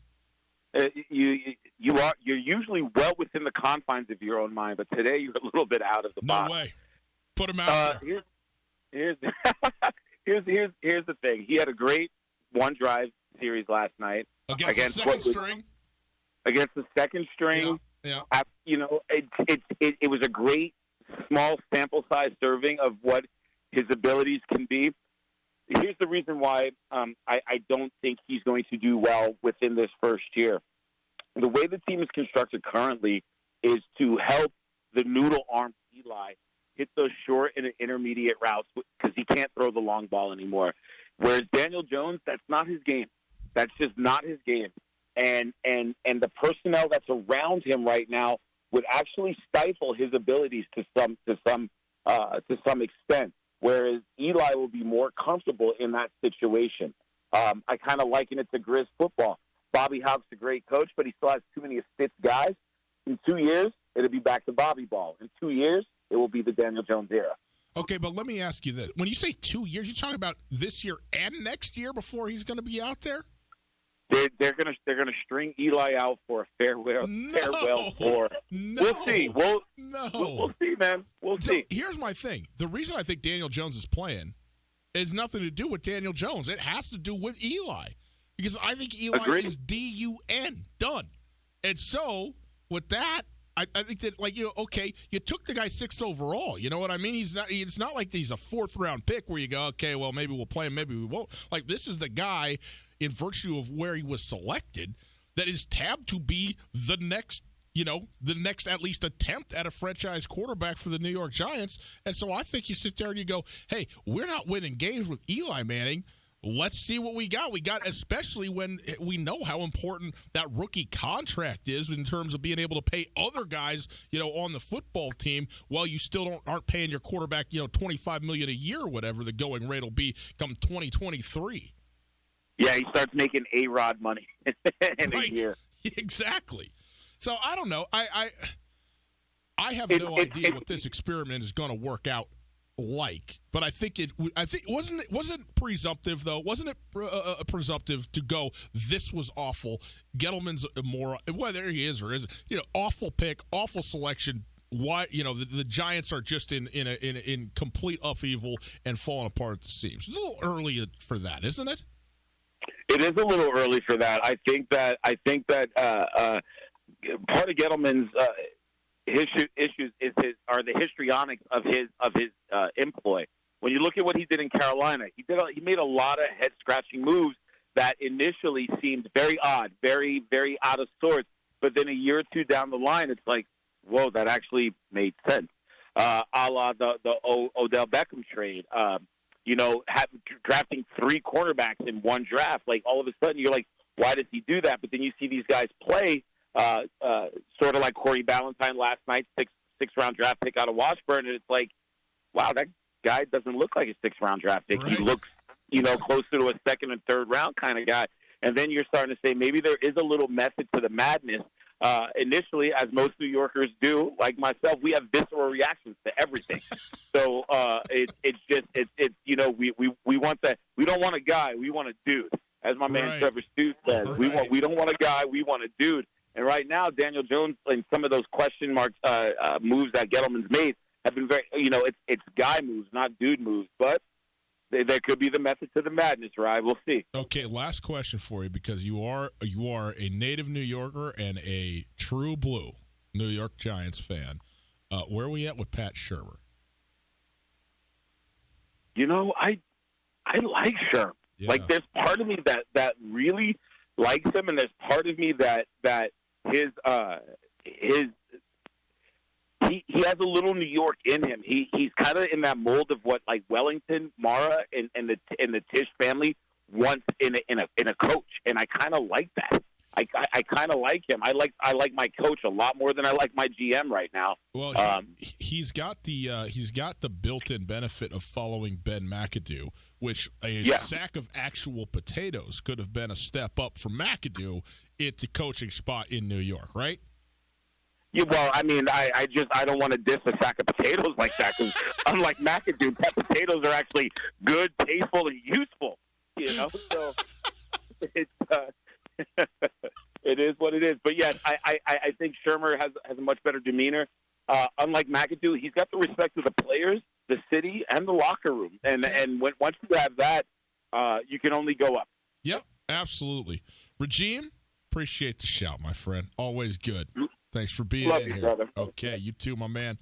There you go. Regime Seabrook, also known as the person in the state of Montana who knows more about the New York Giants than anybody else. I'd be willing to take the Pepsi challenge on that. Are we still doing the Pepsi challenge? That's still a thing? Still out there? No, but I'm doing the ice bucket challenge. Oh, you are? Yeah, that's the thing, right? I mean, it is. I thought that kind of had made its way around, kind of was done. But, I mean, if people still want to do it. Are you actually doing it, Tommy? Oh, sure. I mean, what do you mean, man? What I'm saying is you said you're doing it, but are you just saying that? Like, was that just a throwaway comment, or are you, in fact, setting up a camera and pouring a bucket of ice on yourself? Isn't that what you do every day between 4 and 6 on this very radio station? Yeah, it's an open question. It feels like that. Yeah, it does. It does feel like that. We'll take a quick break. Tommy's got a lot to talk to me about. Big concert in the city of Missoula on Sunday. I'm interested to know what he thinks of it next. In Western Montana, we know shopping local matters, and you may think you'd pay more for the quality and customer service that comes with it, but not at Selway Armory. Selway Armory is locally owned with knowledgeable specialists that can answer your questions. In addition to the expertise, though, Selway Armory also has a bigger selection and lower prices than the box stores. When you're in the market for firearms and accessories, save money with the experts at Selway Armory. Selway Armory, 2825 Stockyard Road, Unit E6, and online at selwayarmory.com. No matter how far you may go, there's always one just down the road. Town Pump, ooh, pump it up, pump it up. There's lots of fun to be had this summer. Get your wings at Town Pump with Red Bull Energy 12-ounce, 3 for only $7. Be refreshed and delighted anytime with any size fountain drink for just $1. Town Pump is right down the road. What are you waiting for? Town Pump, right down the road. Pump it up, oh yeah. When you need a bank to help ramp up your savings strategy, look to your local bank, Opportunity Bank of Montana. Build confidence in your financial future when you create a rainy day cushion or take care of the nest egg you already have. Opportunity Bank offers options from basic savings to money market accounts and certificates with competitive rates. There's nothing like the feeling of progress, so let's get started today. Come see us at Opportunity Bank of Montana. OpportunityBank.com. Member FDIC. Have you been hurt or disabled? Are you missing time from work and not sure what to do? I'm attorney Chris Helmer, and Clark Fork Law Offices in Missoula is here to help. Our team specializes in worker compensation, personal injury, and Social Security disability. We fight for the benefits you deserve. Call Clark Fork Law at 728-0168 for a free consultation or visit clarkforklaw.com. Again, 728-0168. What do you get when you mix every NFL preseason game? Cold beer and the best wings in Missoula? The Desperado Sports Tavern. The Desperado is Missoula's premier Southside sports tavern. With 32 HD TVs, there's not a chance you'll miss a second of every NFL preseason game. It's time to start watching your favorite players and building your fantasy team at the Desperado. That's cold beer, NFL preseason, the best wings in Missoula, and you at the Desperado Sports Tavern, located on Russell, across from the Y. ESPN Missoula Sports Center. Good afternoon, Ryan Tutel. No Coulter today, so just me with the news. Here you go. 2 Missoula Osprey have been moved to the single-A short season team in Hillsboro. Outfielder Dominic Canzone and shortstop Leover Peguero were both moved up Thursday morning. Canzone was an 8th-round draft pick. He had a batting average of .299 and slugged .608 in 25 games with Missoula. Peguero has been Missoula's best defensive infielder and led the offense for the O's, batting .364 with 27 RBI and 52 hits. It's good enough to be named a starter for the Pioneer League All-Star team. On the field, the Osprey were scheduled to begin their post-All-Star break schedule last night. However, the weather had other plans. In Orem, the O's and Owls could only get 2 innings played before they were rained out. That game will resume tonight at 5 o'clock, coming up here in just a half an hour. And then it will start from the 3rd inning, continue on in its duration, and then a 7-inning game, which was originally scheduled for tonight, will follow. The NFL preseason began in full last night with Kyler Murray, Daniel Jones, Drew Lock, and Dwayne Haskins all making their NFL debuts under center. Center. Walk, the second-round draft pick of the Denver Broncos, was 17 of 28 for 189 yards, a touchdown, and an interception in Seattle. The Seahawks, however, won the game 22-14 behind a standout performance from former Bronco QB Paxton Lynch. This ESPN Missoula Sports Center is brought to you by Aspen Sound.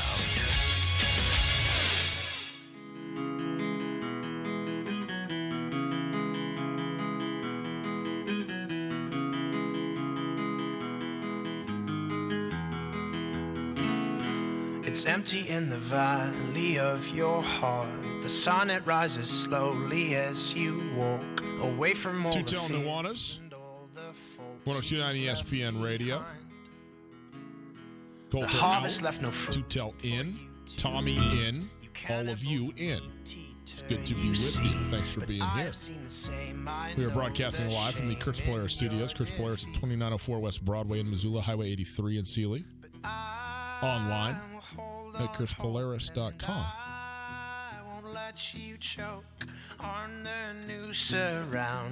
Where are you at with Mumford and Sons, Tommy? You into it? You on the fence or you out? One of the great bands ever, as far as I can tell and am concerned. Now, why? What do you love about Mumford and Sons? Well, I liked the initial story. It was a bunch of session guys sitting around.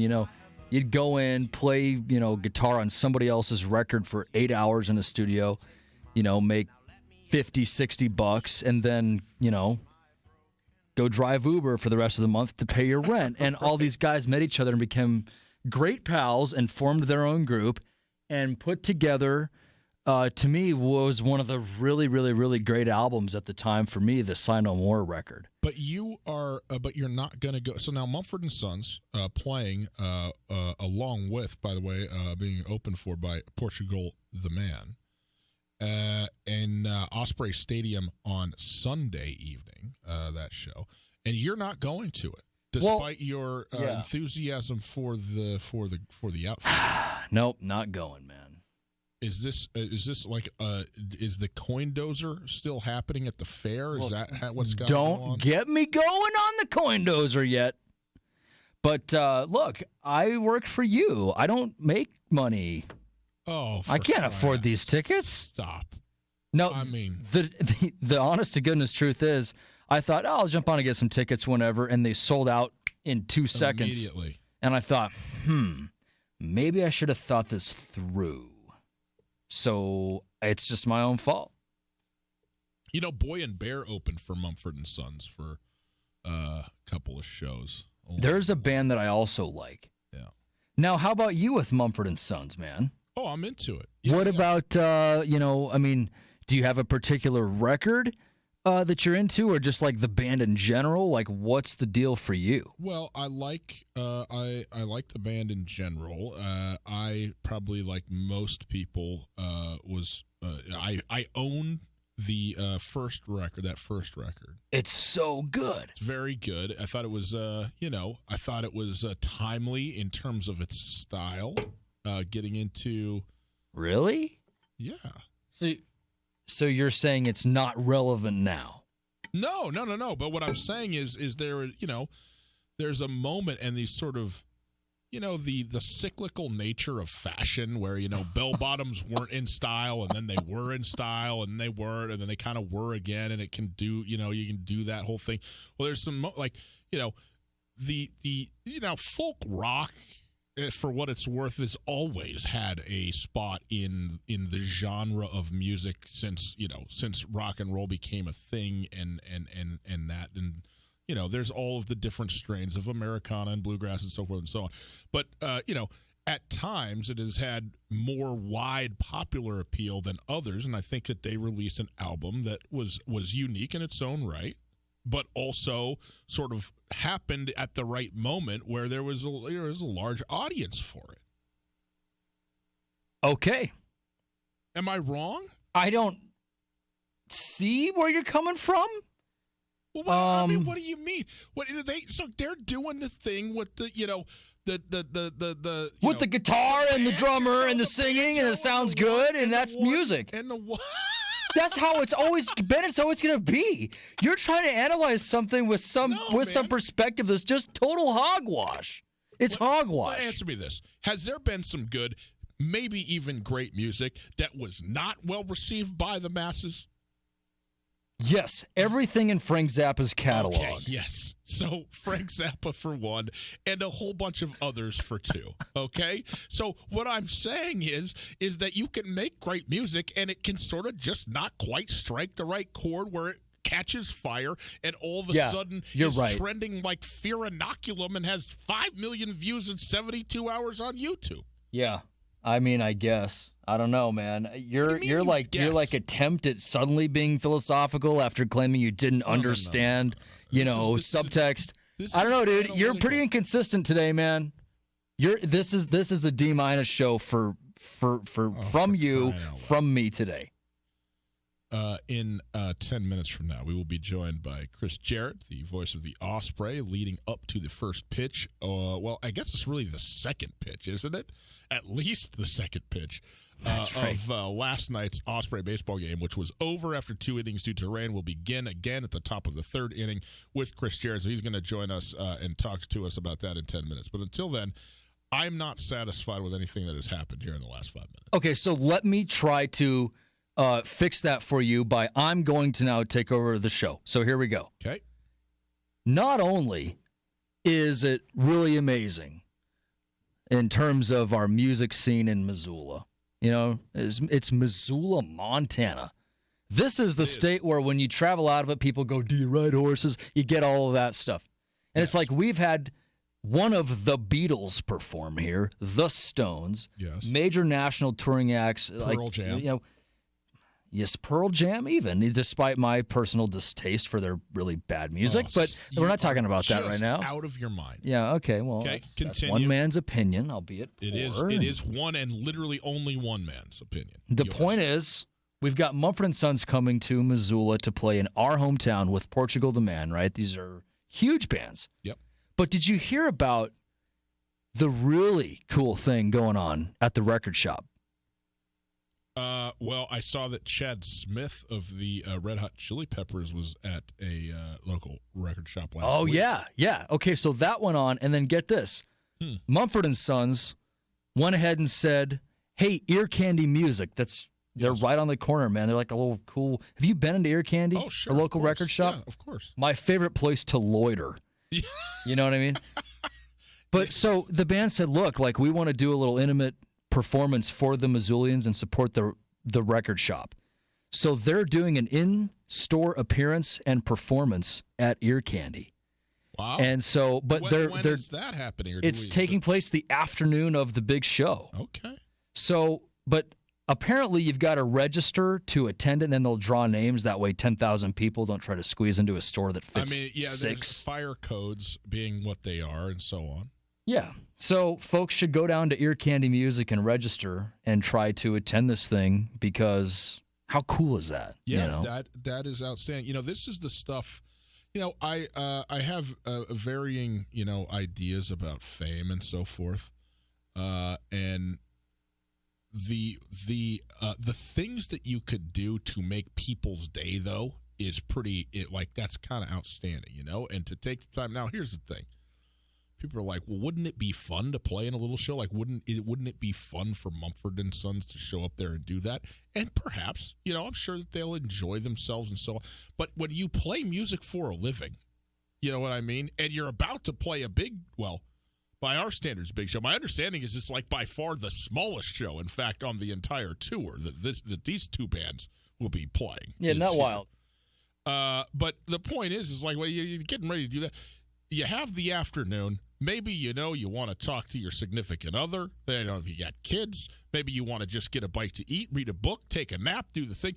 And instead, you're going to get up, go meet a bunch of strangers, that you're likely not going to cross paths with again, because you support, particularly. That is a very nice thing. But it also isn't just so presumptive as to go, well, of course, because it's fun for them too. And again, maybe it is, but it's also, I don't know, I think there's a little bit more effort and sort of just decision-making about wanting to do the right thing as you view it that goes into it, and I admire that.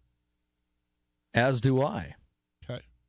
Yeah, I didn't know that was happening at the at Ear Candy down there. Pretty cool, right? Yeah. Registration closes tonight at 8, so if you want to go try to get in on it, you've got to go before 8 o'clock and fill out the little form. And you got to go physically down there. It's not like an online deal. Yeah, you've got to show up. But that's fine because it's really a fun place to shop around, man. Or loiter. Very good. Mumford & Sons, Sunday. Going to be a fun show. Tommy won't be there. I can't believe you can't pull on your trail strings, man.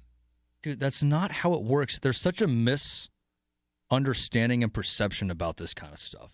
Hey, you're on the radio. Can I have tickets to everything? I don't have tickets to anything myself. Ever.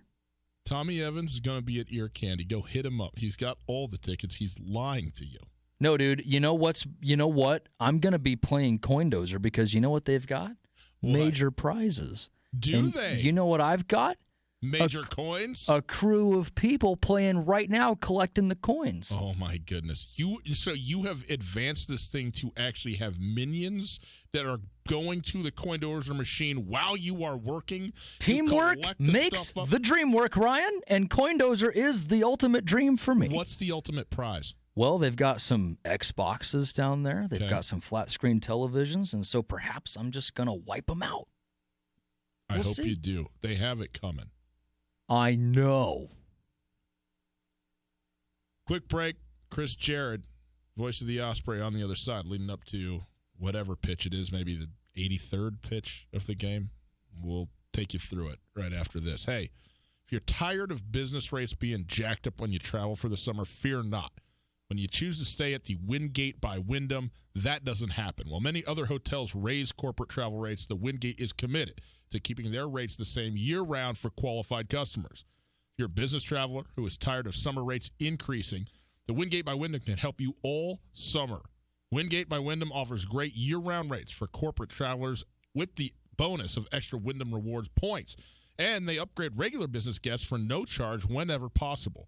Give Kim or Alicia a call, 406-541-8000 today to learn more. Let the Wingate by Wyndham in Missoula make you feel at home even when you're not. Canyon River Golf Club is a must for any golfer in western Montana. Tucked away in a spectacular setting along the Clark Fork River in East Missoula, Canyon River offers one of Montana's best championship golf experiences. And Canyon River is happy to announce their new fleet of golf carts, which include the Shark Experience, an interactive GPS giving dynamic distances and touchscreen interaction to help you play your best. Plus, with Bluetooth, radio, and surround sound, you can enjoy yourself between holes, too. Book online at CanyonRiverGolfClub.com. Missoula's best golf, Canyon River. Hey, folks, Ryan Tutel here, and I'm with Josh of the Advocates Injury Attorneys. Josh, what are people left dealing with after an accident? Well, quite a few things, actually. We see people that are in pain, they still need to get to work, they need to raise their kids, and now they have to take time to go see doctors and other healthcare providers. They're frustrated with working with the insurance companies and getting the runaround. We'll take on the burden of dealing with the insurance companies so you can get the best settlement possible and get back to your life. Find your advocate online at MontanaAdvocates.com. There are a lot of lawyers. You deserve an advocate.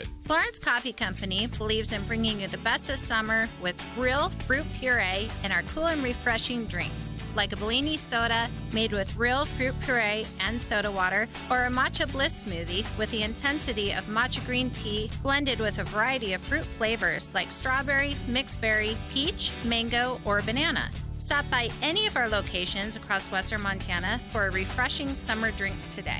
Florence Coffee Company. This is Mike Nugent with Berkshire Hathaway Home Services. Berkshire Hathaway provides Western Montana with full-time real estate professionals for you whenever you need us. Our reputation as the state's most knowledgeable and available real estate group has helped build unmatched trust in the Garden City and statewide. If you have been thinking of making a real estate move in the short or long term, give me a call. No pressure, no expectations. Just professional opinions and service at whatever pace you are comfortable with. Give me, Mike Nugent, a call today, 531-1802. And remember, every question is good to ask. Everybody knows that high school sports generate suspense, excitement, and drama. They also generate higher grade point averages, stronger work habits, and greater self-esteem. Everybody knows that high school sports give us more value for our entertainment dollar. They also give us leaders committed to strengthening communities right here in Montana. The true value of playing sports in school can't be measured in wins and losses or dollars and cents. Studies show that participation in sports, along with other extracurricular activities, is one of the best ways to teach leadership, cooperation, We have Chris. invaluable life skills. Don't just stand on the sidelines. Encourage the young people you know to get in the game. When you do, you'll be helping them get ahead in life. High school sports, a winning part of a complete education.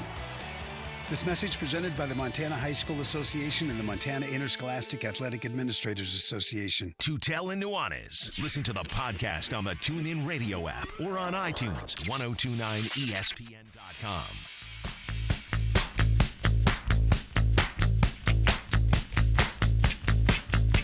Missoula Osprey baseball coming up in 15 minutes. That's right. Early today because it's a de facto doubleheader. And we'll send you down to Orem for the call at 5 o'clock. And we're going to be joined by Chris Jarrett, the voice of the Osprey right now. It's Tutel Nuanez, 1029 ESPN Radio, SWX Montana Television. Pleasure to be with you on a Friday afternoon. Hope you're having a wonderful day. Ready for the weekend. We are broadcasting live from the Kurtz Polaris studios. Kurtz Polaris at 2904 West Broadway in Missoula, Highway 83 in Sealy, online at kurtzpolaris.com. If you missed anything in the show, listen on the podcast. Podcast available wherever you get your podcasts. Check out the Tutel and Nuanez podcast. Rate it, review it, subscribe to it, enjoy it.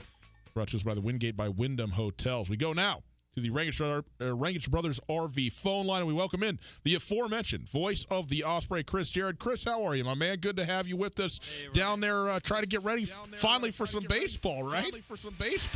Yeah, that's right, man. Hey, I need you to take it easy on my Detroit Lions. You know, okay, it's the preseason. We're trying to get our legs underway, and it was tough last night. Chorus of boos raining down at Ford Field is just unbelievable. It's sadly a song that folks are getting used to in Motor City, are the boos at halftime. But yeah, I wasn't able to watch any of the game here. Had the circus of trying to get a baseball in or wondering if we were going to get it in. So yeah, happy to have beautiful weather in Orem and to play 2 today. Yeah, very good. Well, tell us. Yeah, very good. Well, tell us again. We know we're taking it off the top of the third inning, but has the third inning commenced from last night, or are we starting right at the beginning? No, it's right at the top of the third inning, and good for the Osprey too, because the right-hander for the Owls and Amilcar Guzman was, I mean, it was 3 up, 3 down fashion in the first second. He did hit a batter with a pitch, but 2 strikeouts and was just cruising. He won't come out.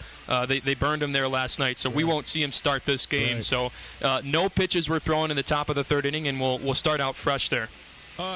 Well, I want to talk about the big news out of Missoula, and that is the fact that Dominic Canzone and Leover Peguero have both been called up to Hillsboro, and obviously both those guys very justified in what we've seen this season out of them.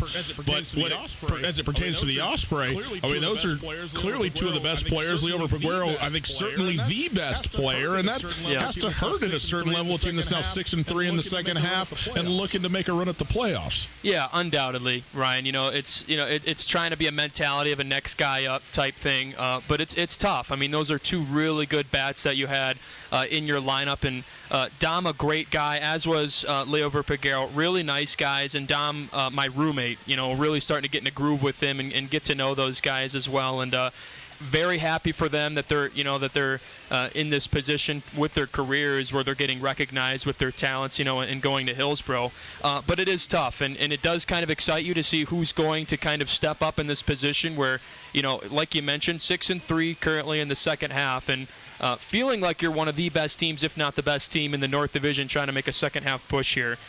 So it's really anyone's ball game. This is what these guys, the opportunity that they've been given is to try to elevate and step up when it counts, and that's right now.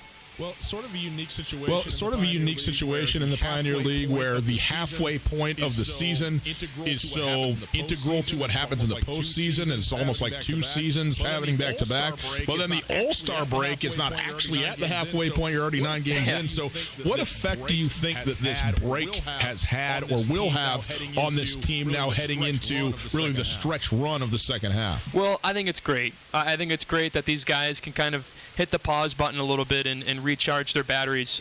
You think, Ryan, that a lot of these guys, especially the collegiate players that had come in that were drafted, I mean, they've been playing baseball since last fall. I mean, playing fall ball at their schools and then going right into the baseball season in, February, March, and then some of these guys made even a run to Omaha in the College World Series, and then now, they go right from that. They report to Scottsdale, and then they go right to Missoula. So for them, even if it's 4 days where we're a travel day here to Orem, I mean, it was great. So, you hope that that's the recipe where you had a really good push in the first half down the stretch, a chance to do it at home, unable to do it against Idaho Falls, but still, like I said a little bit earlier, a team that feels that they can win the North. So I think a really good spot and a lineup and a coaching staff that feels they can do it here in the second half. So we'll see if the All-Star break, what it does to them. A great start right now is the Osprey winners of 7 of their last 10 and trying to keep that going, man.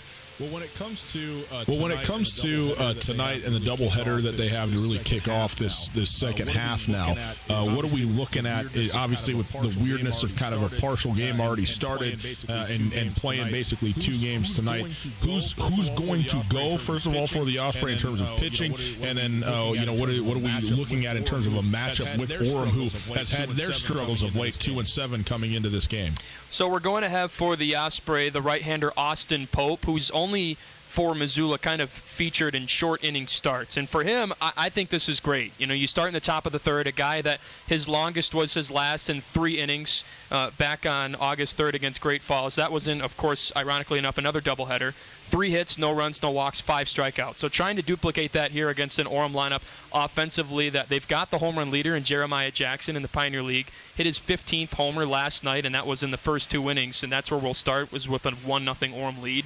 But I think Pope in a really good spot where he can go out on the mound, low-pressure situation. It's kind of weird because it feels like you basically had a 24-hour gap in between the second and the third inning. But, to him, it's a fresh start. Bases are empty. There's no outs on the scoreboard. The run you're not responsible for. So you go out there and try to do your best. And then on the other end, we're going to see Natera for the Owls, and Jose Natero, just his second Pioneer League appearance in 2019. He was with the Owls last year for just 2 games, so this number 4. So kind of a weird spot. It's like you said, a weird doubleheader here where you're starting in the top of the third. The second game will play 7 innings, but I like Osprey here. I think that the batting lineup didn't really have a great chance, but you kind of punch the reset button and you've got a chance to start fresh here today. Are they playing 9 innings in the first game, or is it going to stop after 7 as well? It'll be 9. So really, it almost kind of feels like you'll play 7, even though you finished the first 2. You're just basically going to go 3rd through 9 is 7. So they will go all the way to the end of the 9th, if that's what it takes, and the final score is, favoring one team after 9. Second game will be 7 innings. So starting here at 5, and the Owls will have some fireworks tonight for the folks that come out. But, they'll start here in the top of the 3rd and go to the 9th. Chris Jarrett joining us. He's the voice of the Osprey, the Missoula Osprey in Orem for 4 games right now, and then to Ogden for 4 more games after that. So an 8-game road stretch. And who knows, when you come back, the Osprey Stadium might still be there, but you got the big Mumford & Sons concert on Sunday. Chris, you're not going to be able to make it to that. I hope that the barn is still alive and well when Missoula comes back for actual baseball games. You know what I mean? Let's hope they don't shut it down or anything like that. It'd be great that, a lot of buzz with them in town, and I know that our event staff is plenty busy back on campus in Missoula trying to make that happen, and so hats off to them if they're listening right now, keeping up that good work. But we won't be home until August 16th, but still plenty of action going on then. Hopefully a positive record coming off of this road trip. The Ogden Raptors, an incredible season for them in the Pioneer League this season in the South Division, and they'll have a 4-game rematch here coming up after 4 against the Owls. But good stuff coming up here on the other end of this road trip. On August 16th through the 21st, the Osprey will be home, and they've got, Ryan, on that Friday and Saturday, the Brewfest in Jack's Pub. On Friday and Saturday, gates opening 4 to 7. They've got $2 mystery beer on tap, $3 microbrews. I know we got a lot of hops heads there in Missoula with all the craft breweries and whatnot. So a lot of stuff and a lot of reason to get out to the ballpark and enjoy Osprey baseball. Sunday, kids 10 and under get in free on Kids Club Membership Day. I mean, that's what more could you want for family entertainment? And then how about on Wednesday upcoming, Wolf Wednesday, new for the Osprey, where it's basically your standard bark at the park night. You get to bring your furry friend and your dog down to the ballpark for some fun. That sounds just about right. So last thing with you here with me, and then I'll turn it over for you for a couple of baseball games tonight, Chris. But I don't want you to be too much of a homer, but a lot of people don't get around to be able to see other parks in the Pioneer League. And now you've gotten to be around quite a bit. You're down in Utah now. You've seen the other parks in the Pioneer League. When you look at them, there's some really nice ones, some great venues. What is unique, though, about Missoula, obviously being on the river and all that? What do you think about the parks in general in the Pioneer League? Thumbs up, thumbs down, where are we at with that? Well, it's beautiful. I mean, this is one of the best bus leagues, I think, in America in terms of, you got to go on the road. And, I mean, I'm a big look out the window type of guy. It doesn't really take too much to entertain me. If I've got the music, that enhances it a little bit. But, I mean, when we went down to Idaho Falls, and then we had to split to Billings earlier in the year, and we went right through Yellowstone National Park. And, I mean, it was the coolest thing, because you turn around to a lot of these guys and the players and the coaches. I mean, Mike Benjamin's been here for a few years, but a lot of these guys, as well as myself, this is a new experience for them. So, you turn around on the bus and you look at all of the eyes staring out the windows and just taking in the beauty of the Rocky Mountain area, and it's amazing. This is all new to me, and that was the biggest thing in terms of Missoula, that I wasn't really sure what to expect coming from Michigan. I had no idea what even the town would be like, let alone the geographical layout of the type of the place that I was going to expect. And that's the biggest thing that blew me away, is not only just the type of people that were here, but how awesome the town was. And I really mean that. I wouldn't say that if I didn't mean it. I wasn't expecting a lively town like Missoula, and it's been great. Well, you've been great. We're certainly happy to have you here doing it. And